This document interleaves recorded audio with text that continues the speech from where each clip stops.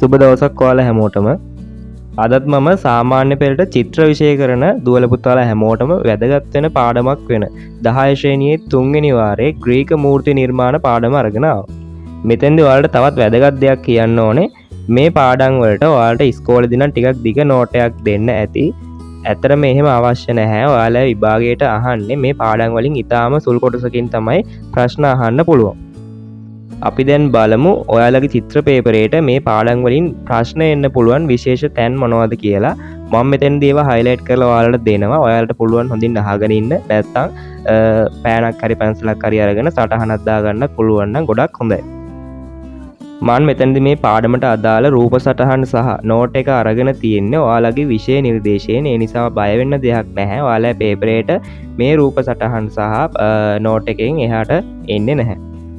පළවෙනි ග්‍රීක මූර්තිය තමයි මේ රූප සටහනෙන් දැක්වෙන වීනස් දී මෙලෝ.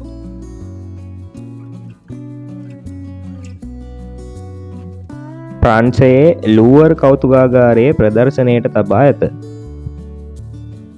ග්‍රීක සම්භාව්‍ය යුගයට අයත් වේ. ඔයාලා දන්නවා ග්‍රීක මූර්ති ප්‍රධාන යුග දෙකකට බෙදන්න පුළුවන්. එකක් තමයි ග්‍රීක සම්භාව්‍ය යුගය, අනිත් එක තමයි ග්‍රීක හෙලනිස්ටික් යුගය.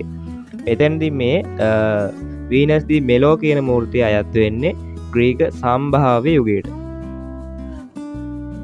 ඊගාව එක තමයි කිරිගරුඬ ප්‍රතිමාවකි. මේ මූර්තිය හදලා තියෙන්නේ කිරිගරුඬ කියන මාධ්‍යයෙන් තමයි හදලා තියෙන්නේ. මෙය මේලෝ දිවයිනෙන් සොයාගෙන ඇත. එතකොට ඔයාලට මේ නම අහපු ගමන්ම තේරෙන්න ඕනේ මේ වීනස් දී මෙලෝ කියන මූර්තියට මේ නම ලැබෙන්නත් හේතුවක් තමයි මේ මූර්තිය හොයාගෙන තියෙන්නේ මේලෝ කියන දිවයින. වමතටගත් කැඩපතින් සිය රූසපුව නරඹන කාන්තාවක් නිරූපණය වේ.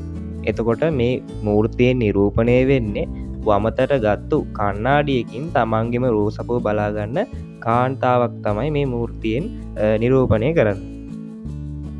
කාන්තාවකගේ සුන්දරත්වය මෙන්ම නාරිදේහයේ ලාලිත්‍ය මැනවින් දක්වා ඇත.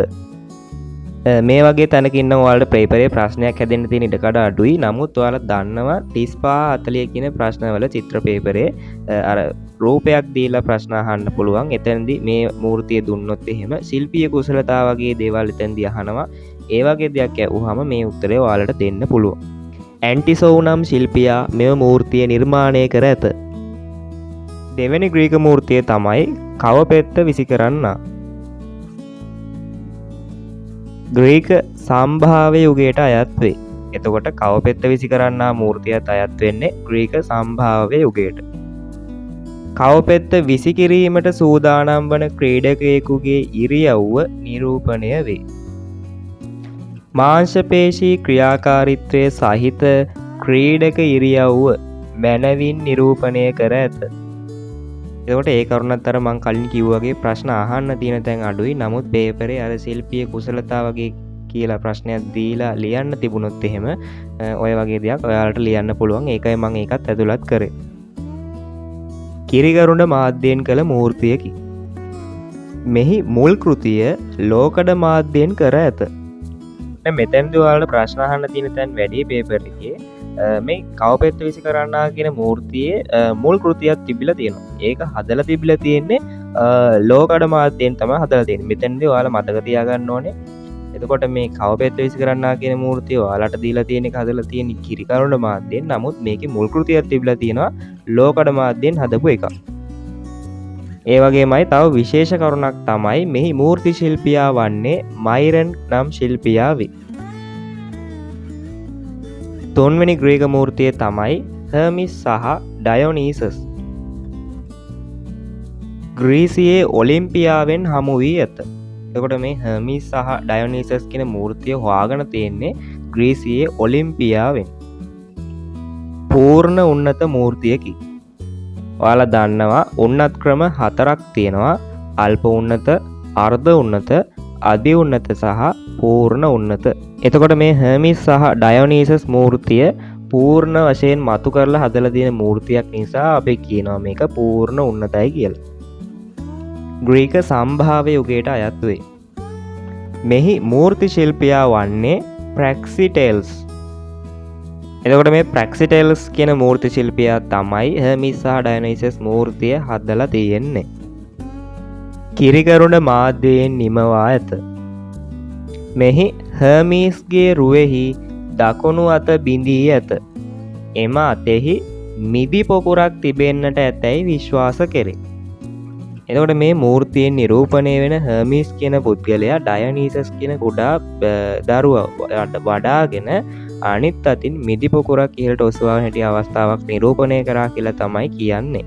වර්තමානයේ මේ පිළිමය අබලන් වෙලා නිසා එක දැක ගන්න හම්බ වෙන්නේ නැහැ. මෙම මූර්තිය ග්‍රීසියේ ඔලිම්පියාහි පුරාවිද්‍යා කෞතුකාගාරයේ තැන්පත් කොට ඇත. හතරවෙනි ග්‍රීක මූර්තිය ඇතීනා දෙවඟනගේ රුව. පීඩියස් නම් ශිල්පියා විසින් නිර්මාණය කර ඇත. ඇතීනා දෙවඟන මූර්තිය හදලා තියෙන්නේ මේ පීඩියස් කියන මූර්ති ශිල්පියා. ග්‍රීක සම්භාව්‍ය යුගයට අයත් වේ. මෙම ඇතිනා දෙවඟන මූර්තිය දැවයෙන් නිමවා රනින් හා ඇත්දලින් ආවරණය කර ඇත. එතකට ඔයාලට පේපරේ මේ ඇතිනා දෙවඟන ඉදි කරලා තියෙන මාධ්‍ය ඇහුවොත් එහෙම දැවයෙන් නිමවලා රනින් හා ඇත්දලින් ආවරණය කර ඇත කියන එක ලියවෙන්න ඕන. මෙම මූර්තියේ වම් අතින් හෙල්ලක් හා පලිහක් දරයි. මෙන්න මේ කරුණ තවත් ටිකක් වැදගත් කරුණක්. දකුණු අත්ලේ නයික් හෙවත් ජයග්‍රහණය සංකේතවත් කරන ග්‍රීක දේවතාවියගේ රුවකි. වම් අතේ හෙල්ලක් සහ පලිහක් දරනවා. දකුණු අතේ මේ නයික් කියන ජයග්‍රහණය සංකේතවත් කරන ග්‍රීක දේවතාවියගේ කුඩා රුවක් දැක බලාගන්න පුළුවන්. එතකොට මේ ඇතිනා දෙවඟන මූර්තිය නිරූපණය වෙන දේවල් ගොඩාක් තියෙනවා. මම ඔයාලට ටිකක් දෙන්නම්. ඒ දේවල් ටික මතක තියාගත්තා නම් ඇති. රණශූරත්වය, එඩිතර බව, කාන්තා සුන්දරත්වය ඇතිනා රුවෙන් නිරූපණය කරයි. පස්වැනි ග්‍රීක මූර්තිය ලැවකූන්.